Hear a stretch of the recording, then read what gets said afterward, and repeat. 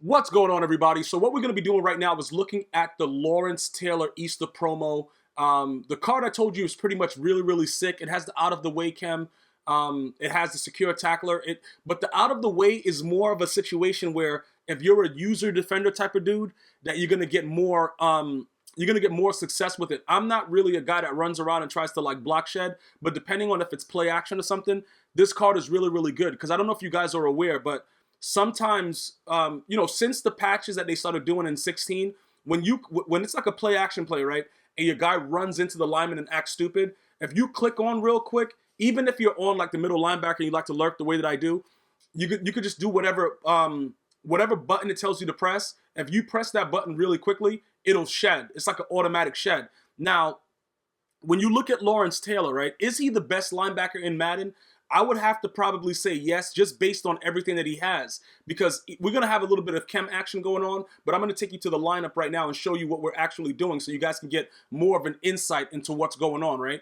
We got rid of Levante David because he was poor. Bro, he was poor play over a long period of time. Once they did that most recent patch to fix the Hail Mary glitch, it kind of made the zones a little wacky. So a lot of the guys that played zone very well for me just stopped playing zone well. It's just the way that it is. So right now, I just want you guys to take a look at it. We have the night train lane that we unlocked that I showed you guys in another video, a previous video to this one.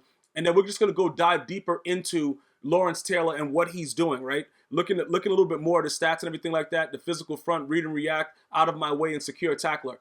All those things that he has just makes him a much better, he's a much better option at linebacker, all right? Now, some of you guys are probably going to put him in on the D-line. I like him in 4-3 over because he comes off the edge and sometimes doesn't usually make contact with the left tackle, depending on how it's going on. Usually the the right end will usually make the contact and he'll just come off clean. But I just want to show you some of the stuff that's going on with his card and, what it means. Now, we can go ahead and read through it and see that, user defenders with the ability get an additional shed bonus. See, out of my way is just the way that EA is telling you, bro. Listen, it's going to be some really serious things. If they keep Madden going along the way that it's going, these D-line users, bro, it's going to be crazy. It's going to be real wild because you won't be able to get the ball off if you have a psychopath that just wants to, do whatever. And I just went through a couple of things to show you that 86 zone coverage is pretty decent. So we might as well go ahead and jump into some weekend league and try him out. Let's see what he's doing. And that's pretty much what we're going to do right now. Now, let me just explain something to you. Throughout this video, I'm going to slow down certain parts.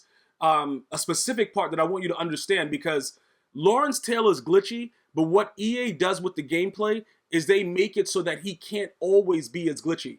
And most of you guys know what I'm talking about. For the guys that don't understand, I'm going to explain it, right? If you get a clean path to the quarterback, right? EA will find a way to slow you down or warp a lineman into you. Like, it's not just you. A lot of you guys, when I speak specifically about stuff that goes on in the game, you're like, wow, man, I thought it was just me. Because most YouTubers will only speak positively about the game. If something is good about the game, I will let you know. For instance, the Easter promo is really good for my viewers to make coins. So I'm going to give you guys a video and show you how I made the coins so you guys can take advantage of it and we could all have coins and just splurge whenever we want. But if it's something going on within the game that's not going to be beneficial to me or my viewers, I'm going to point it out. So that way you understand what's going on. It's not a shock. Because usually what happens is people don't know why. Yo, bro, why is my guy stopping? Like, after I made the video and I pointed out nano detection, most people that didn't understand what nano detection was like, oh, okay, that's why that happens. And people need to understand that these things are not necessary to make the game great. You understand what I'm saying? Like, pro players I've heard actual pro players say that they like nano detection. And that's sad to me because it kind of changes the way that the evolution of Madden is going, because what you're saying is, it's sort of like the league talking about now they don't want anybody to initiate head-to-head contact. Like, if you're a running back, you can't put your head down. They're going to be voting on it in May, I believe. That's stupid. Listen, you sign up for certain things when you play sports, and it's freak accidents, things happen. But with the sport of football, you have to know that there's going to be head-to-head contact regardless. All right. Now, I understand that you want to make it safer, but that's why they're wearing helmets. You know what I'm saying? Like, when you're on a motorcycle, you're supposed to wear a helmet to prevent a head injury. People are not just going to stop riding motorcycles because, oh yeah, I might get a head injury. The helmet is there for that reason. You know what I'm saying? Like, so if you choose to, drive a motorcycle, that's more of a risk. You can be in a car and get the same impact. So it's just stupid. It just doesn't make any sense. And that's what my point is. When you add nano detection into the game, you're basically telling the user, like, all right, look, you could take your time out, you can lab, you can do whatever you want, but if you send 6 guys, we're going to stop one guy so that the guy can still get the ball off. That's pretty much what EA is saying. And it's stupid to me. So I'm going to point that out. If you guys like it, look, listen, we're a family, bro. So if you support what I'm doing here at GmiasWorld regardless, and I know all my real supporters, whatever like that, we talk about it. All right, I like it because of this reason. All right, cool.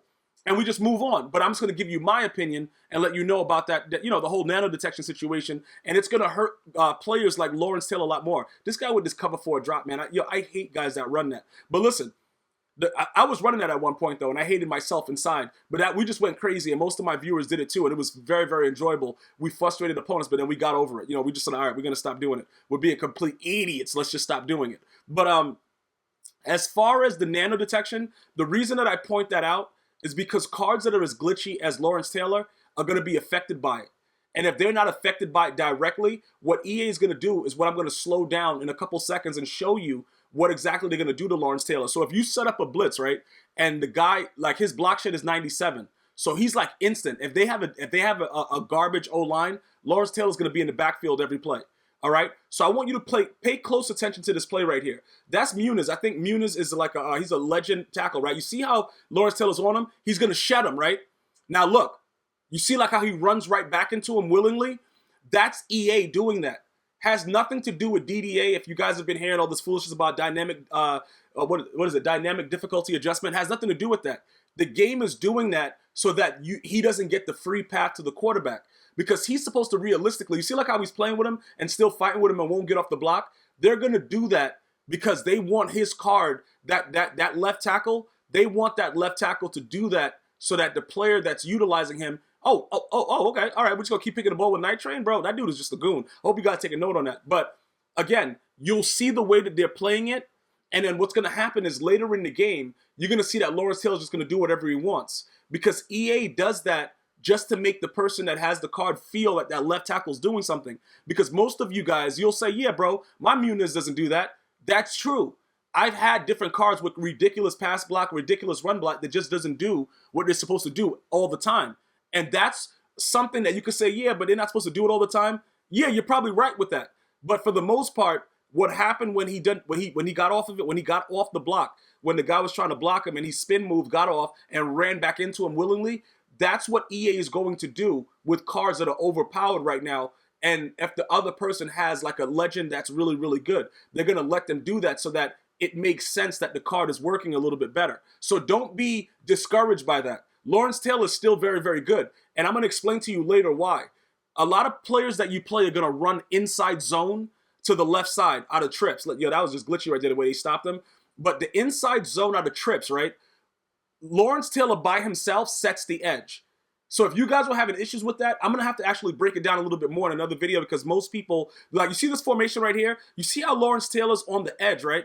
He can't run that wide. You see how Lawrence Taylor just gets off the block instantly? He's the only linebacker that I ever got that does that. He completely locks down that edge. And I don't know if it's because of the physical front mixed with all the, I don't know what it is. But if you look at that side, he wanted to run inside zone a lot. But the way that Lawrence Taylor attacked it, he couldn't run it. So in that aspect, I'm going to keep him for now. Now, he may screw me over. You guys know how I am. I go crazy. You see what I'm saying? You see how he got off of it? It looked like he wasn't going to be involved in the play. He's the only linebacker that I've ever used that has done that. No matter what their block shedding was, no matter what it was, no matter who the card was. Even when I had the finesse move with Joey Bosa, he couldn't stop it. You see like how he got off there and they let him go? That's going to happen too. But I want to make sure that you guys are well aware that it's going to be some of that. It's going to be some of him running back into the lineman. But overall, he's a very, very good linebacker, especially if you keep him out wide. Now, if you keep him on the D line, I will never use him there because I already have like Myles Garrett. I have guys that have high strength, JPP with high finesse. It's like overkill. And then you lose a position because who are you going to put at the right outside linebacker? He has decent zone coverage. He's great for setting the edge. So you don't have to worry about that run there.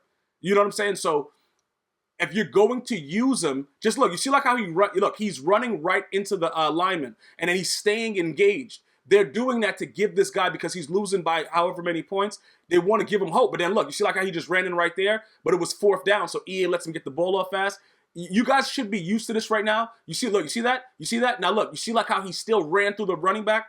It's going to adjust like that. Sometimes he'll come in clean, sometimes he won't. But overall, I want you to understand that when it counts the most as far as like the run game and stuff like that, he's going to make that edge.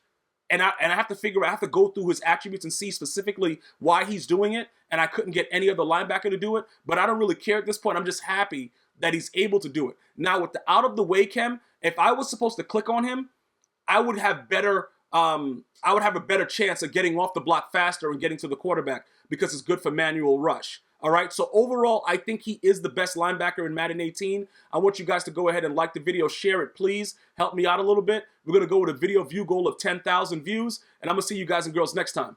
One love.